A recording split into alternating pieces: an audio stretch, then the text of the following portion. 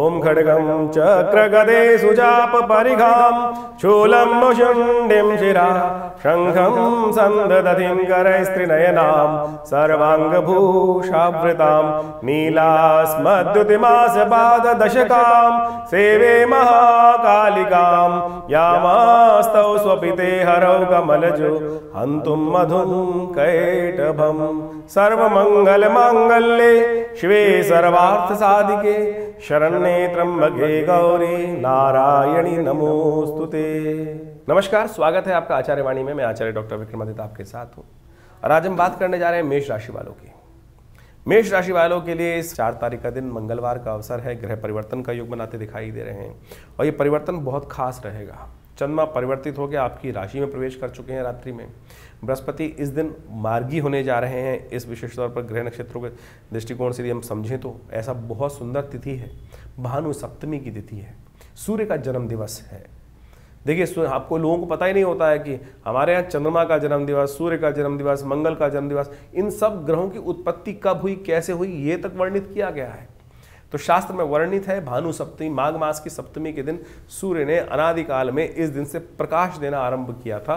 तो एक तरह से ये तिथि उनका जन्म दिवस मानी जाती है। सूर्य का अवश्य पूजन करें, सूर्य को जल दीजिए। भानु सप्तमी आरोग्य सप्तमी कही जाती है। ग्रह नक्षत्रों के दृष्टिकोण से आपके लिए जो ग्रह योग बन रहे हैं नई शक्ति का संचार करते दिखाई दे रहे हैं। सबसे बड़ी बात, बृहस्पति परिवर्तित होकर आपकी राशि में धन का आगमन, लाभ का आगमन, सम्मान का आगमन करने के आने 2-3 महीनों में योग बनाने वाला है। पद प्राप्ति का योग देने वाला है। प्रमोशन के कार्य यदि रुके हुए हैं तो उसमें देने वाला है। कोई बिजनेस कार्य यदि रुका हुआ है तो वहाँ उन्नति देने के योग बनाने वाला है। लेकिन स्वास्थ्य का भी ध्यान रखने की ज़रूरत है। स्वास्थ्य के लिए ये बृहस्पति का मार्गी होना थोड़ा सा कष्ट में हो सकता है। तो ऐसे में ध्यान रखिए, कंपटीशन बढ़ने वाला है।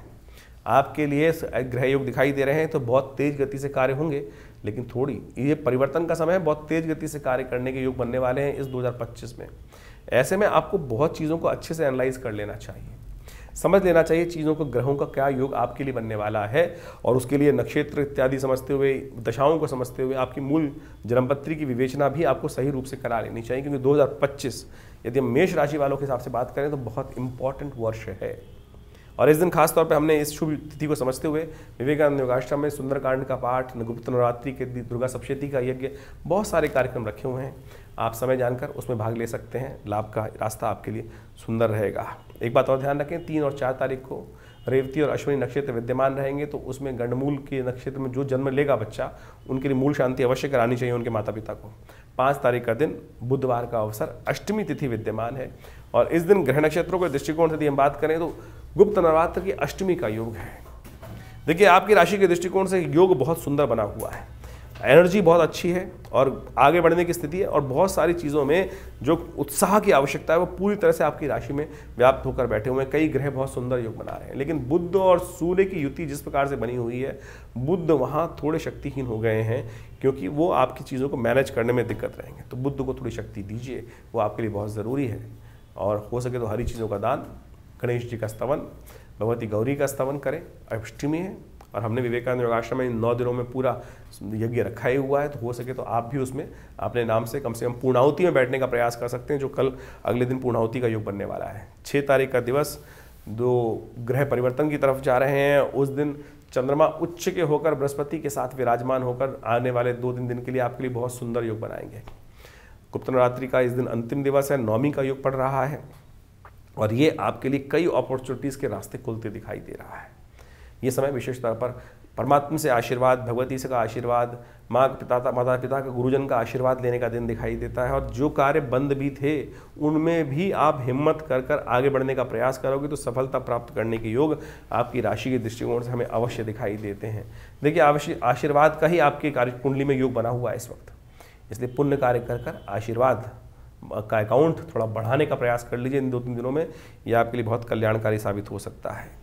7 तारीख का दिवस, यदि शुक्रवार का दिन है, उस दिन दशमी तिथि विद्यमान है। और इस दिन बुद्ध महाराज भी जो बड़ी क्षीणस्थ अवस्था में थे, थोड़ी शक्ति प्राप्त करने के योग बना रहे हैं, क्योंकि वो धनिष्ठा नक्षत्र, मंगल के नक्षत्र में प्रवेश करने वाले हैं। और ये योग उनके लिए अच्छा है। बुद्ध थोड़ा सा जो कमज़ोर चल रहे थे, सूर्य के साथ अस्त चल रहे हैं, कम से कम थोड़ी स्थिति अवश्य प्राप्त करते दिखाई दे रहे हैं। ऐसे में कोशिश ये करें थोड़ी हरी चीज़ों का दान कर दें।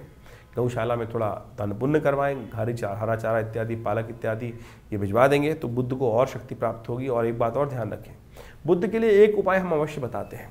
बहुत सारे लोग जब बुध कमजोर होता है तो कोई पन्ना पहना देता है, कोई कुछ और कर देता है। हम कहते हैं वाणी, बुध का संबंध जिह्वा से है। ऐसा ध्यान रखें कि जिह्वा से कोई अपशब्द ना निकले, गलत शब्द ना निकले, कोई गलत वाणी मुख से उच्चारित ना हो। यदि अपशब्द मुख से उच्चारण होंगे तो बुध और खराब हो जाएगा, चीज़ों को खराब करने की और स्थिति दे देगा। तो संयम, वाणी का संयम बरतने का आपको अवश्य प्रयास करना चाहिए। बुध का सबसे श्रेष्ठ उपाय है। 8 तारीख शनिवार का अवसर, एकादशी तिथि है और इस दिन ग्रह नक्षत्रों के दृष्टिकोण से देखिए परिवर्तन की तरफ जगह भागती रहते हैं। और ये परिवर्तन मंगल के साथ चंद्रमा युक्त होकर तृतीय भाव में, पराक्रम भाव में आपके लिए बना रहा है। थोड़ा सा आपको आलसी करता दिखाई दे रहा है।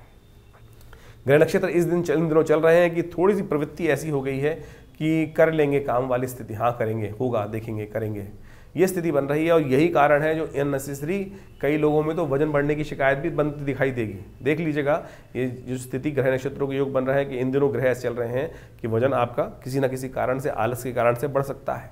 थोड़ा ध्यान रखें स्वास्थ्य के मामले में। आवश्यकता है थोड़ा स्वार्थी बनकर अपने ऊपर ध्यान देने का प्रयास करें। इस दिन शनिवार है, एकादशी का पर्व है, माघ का महीना चल रहा है और साथ साथ जया एकादशी का योग बन गया है। भगवान विष्णु का सुंदर स्तवन कीजिए। कहा जाता है कई बार एंजाइटी डिसऑर्डर हो, कोई प्रेत बाधा भी हो, तो इस दिन भगवान विष्णु का यदि सुंदर रूप से पंचोपचार पूजन कर कर उनका चरणामृत ग्रहण कर लें। जो कहा गया अकाल मृत्यु हरणम सर्वव्याधि विनाशनम विष्णु पादोत्कम पित्वा पुनर्जन्म न विद्यते, पिशाच बाधा से ही मुक्ति हो जाती है। इसके लिए विशेष कार्यक्रम पूजा पाठ के रहते हैं, जो विशेष तौर पर भैरव जी की आराधना करके इस दिन यज्ञ किए जाते हैं। उससे कहा जाता है कैसी भी पिशाच बाधा हो, नेगेटिव एनर्जी हो, वो जीवन से दूर करने का योग बना सकते हैं। और ये वर्णन विशेष तौर पर शास्त्र के बहुत सारे ग्रंथों में वर्णित किया गया है। यदि हम समझें तो विशेष तौर पर ग्रह नक्षत्रों के दृष्टिकोण से ऐसा वर्णन जो है वो विशेष तौर पर पद्म पुराण के अंदर आया है। और पद्म पुराण के अंदर इस तिथि के अंदर कहा जाता है कि यदि पूरी रूप से पूजा कर कर भगवान विष्णु की आराधना की जाए तो पिशाच बाधा से भी मुक्ति होने के योग बन जाते हैं। 9 तारीख का अवसर, रविवार की तिथि है उस दिन, और द्वादशी तिथि है, भीष्म द्वादशी का योग बन रहा है, तिल द्वादशी का योग बन रहा है। देखिए तिल का बड़ा महत्व है इस महीने में। किसी भी कारण से तिल खाने का प्रयास करना चाहिए व्यक्ति को। इस महीने में ही तिल खाए जाते हैं सबसे ज़्यादा।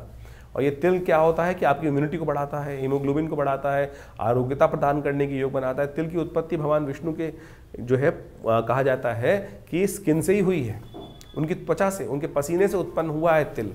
इसलिए भगवान विष्णु की समस्त पूजाओं में चावल की जगह तिल का उपयोग करना सबसे श्रेष्ठ, सफ़ेद तिल सबसे श्रेष्ठ माना जाता है उपयोग इत्यादि के लिए। तो भीष्म द्वादशी का योग है। ग्रह नक्षत्रों के दृष्टिकोण से यदि हम बात करें तो आपके लिए स्थिति अनुकूल बनी हुई है। थोड़ा सा अपने टाइम को यूटिलाइज करने का आपको प्रयास करना चाहिए। फालतू के कामों में आपके मित्रगण, दोस्तगण, रिश्तेदार आपके समय को बर्बाद करने का योग बना सकते हैं। थोड़ा सदुपयोग करें, समय को सदुपयोग करते हुए कार्य करना आपके लिए अच्छा रहेगा। भीष्म द्वादशी है, तर्पण करना चाहिए अपने पितरों के निमित्त। शास्त्र के दृष्टिकोण से इस दिन विशेष तौर पर ब्राह्मणों को भोजन कराया जाए, तर्पण किया जाए, गायत्री का यज्ञ किया जाए। इसी क्षेत्र में हमने विवेकानंद योगाश्रम में इस दिन गायत्री का यज्ञ रखा है, तो आप भी उसमें सम्मिलित हो सकते हैं। अपने स्थान को आरक्षित करने के लिए कोई पैसा नहीं लिया जाता। जो खुद यज्ञ में बैठना चाहते हैं रविवार के दिन दिल्ली में विवेकानंद योगाश्रम में, जमुना पार लक्ष्मीनगर क्षेत्र में ये आश्रम है, वहाँ कोई शुल्क नहीं है। बहुत सारे लोग आते हैं, आश्रम में बैठते हैं, यज्ञ करते हैं माँ भगवती दुर्गा के सानिध्य में बैठकर। आप भी इसमें सम्मिलित हो सकते हैं। और यदि आप बहुत दूर बैठे हैं, अपने लिए पंडित जी की व्यवस्था कराना चाहते हैं, तो उसके लिए आप संपर्क साध कर जो नंबर्स दिए हैं उन पर कॉन्टैक्ट कर सकते हैं। 10 तारीख सोमवार का अवसर, त्रयोदशी तिथि है और साथ साथ ग्रह नक्षत्र परिवर्तन का योग बना रहे हैं। चंद्रमा उच्च के होने जा रहे हैं आपकी राशि के दृष्टिकोण से। ये आपके लिए बड़ा अच्छा योग बनेगा। और सूर्य के बिल्कुल सम्मुख आकर चंद्रमा जिस प्रकार का योग बनाएंगे आपकी राशि के दृष्टिकोण से, ये विशेष तौर पर आपके लिए महत्वपूर्ण योग बनता दिखाई देगा। इस दिन सोम प्रदोष का योग बन रहा है, कुंभ का अवसर, सोम प्रदोष का योग। ग्रह नक्षत्रों के दृष्टिकोण से ये तिथि ऐसी है कि जो महापर्व बन जाता है। कुंभ के में स्नान करके ऐसे में शाम के समय यदि वहीं भगवान शंकर की पार्थिव पूजा कर ली जाए, बिलपत्र अर्पित कर दिया जाए, तो कहा जाता है कि सहस्त्रों कन्या के बराबर जो दान करने का पुण्य प्राप्त होता है वो योग बन जाता है। काशीवासी निवासी च काल भैरव पूजनम प्रयागे माघमासे च बिल्वपत्रम शिवार्पणम मखंडैव बिल्वपत्रै च पूजयेव शिव शंकरम कोटि कन्या महादानम बिल्वपत्रम शिवार्पणम। शास्त्र की वाक्य है, बहुत सुंदर है। तो ऐसे प्रदोष का योग अवश्य लाभ लेने का प्रयास करें। और साथ साथ ग्रह नक्षत्रों के दृष्टिकोण से जो योग बना हुआ है वो आपके लिए अच्छा है, महत्वपूर्ण है, लाभ का योग है। तो ये राशियों का भविष्यफल आपने जाना। आपकी राशि के दृष्टिकोण से क्या कुछ प्रभाव इन दिनों जब फरवरी के आरंभ काल में आपके जीवन में पड़ने वाला है, उसको आपने समझा। देखिए, ये समय समय के अनुसार से विभिन्न ग्रहों का जो परिवर्तन होता है, जैसे इस फरवरी के आरंभ काल में आपने भी समझने का प्रयास किया, समझा भी कि बृहस्पति महाराज परिवर्तन कर कर जो वक्री चल रहे थे पिछले 4 महीनों से, अक्टूबर के महीने से, वो मार्गी हो रहे हैं और आपकी राशि के अनुसार से उन्होंने जो विशेष प्रभाव आपके जीवन में उत्पन्न किया है वो आपने समझा। आप समझ लीजिए, बृहस्पति का ये परिवर्तन सबसे महत्वपूर्ण परिवर्तन होता है। हर वर्ष में एक बार बृहस्पति राशि परिवर्तन करते हैं, लेकिन वर्ष में एक बार बृहस्पति वक्री भी होते हैं और जी 4 महीने के वक्रित्व के बाद पुनः मार्गी होकर अभी आने वाले करीब करीब जो मई के मध्य तक अब सीधी गति से चलेंगे। ये आपके भविष्य में, आपकी राशि के दृष्टिकोण से आपके जीवन में महत्वपूर्ण परिवर्तन लाने का योग बना रहे हैं। इसके साथ साथ हमको ये भी समझना चाहिए कि जो जन्मपत्री का प्रभाव है उसके कई आयाम हैं। ये जन्मपत्री के दृष्टिकोण से हमें एक एक बात समझने का प्रयास करना चाहिए कि हम राशि को, बहुत सारे लोगों के मन में कई बार प्रश्न उठ जाता है, तो राशि तो बहुत सारे लोगों की, बिल्कुल ठीक बात है, राशि तो बहुत सारे लोगों की हो सकती है, लेकिन आपकी जन्मपत्री के साथ, आपके दशाओं के साथ, आपके ग्रहों के योगायोग के साथ उस गोचर के प्रभाव को जब मिलाकर देखा जाता है, तब वो जीवन में भाग्य के जो योग बन रहे होते हैं वो समझ में आ जाते हैं कि हमारे लिए आने वाला समय सही है या नहीं है। लेकिन राशि के दृष्टिकोण से जो हमने आपके समक्ष भाव उपस्थित किया वो भी बहुत ब्रॉडर स्पेक्ट्रम के तौर पर बता सकता है। यदि इंडिविजुअल रूप से हर व्यक्ति के बारे में सही रूप से जानने का हम प्रयास करें तो वो भी बड़ा संभव है कि जन्मपत्री को विशेष रूप से अध्ययन कर बहुत सारे ग्रहों के योगायोग को देखकर आपकी जन्मपत्री में कौन से प्रकार के योग बने हुए हैं। देखिए, जन्मपत्री में हजारों प्रकार के योग हैं। हर ऋषियों ने, जो ज्योतिष के अंतर्गत भी बहुत सारे अनन्य जो ग्रंथ हैं, इतने अनंत ग्रंथ लिखे गए हैं और हर ज्योतिषी ने, हर ऋषि ने, हर आचार्य ने अपने अपने उस विज्ञान को, अपने उस अनुभव को उन शास्त्रों में इंगित किया है, विभिन्न योगों का वर्णन किया है, जैसे कालसर्प योग इत्यादि, राजयोग इत्यादि, दरिद्र योग इत्यादि, विभिन्न प्रकार के किमुद्रम योग इत्यादि।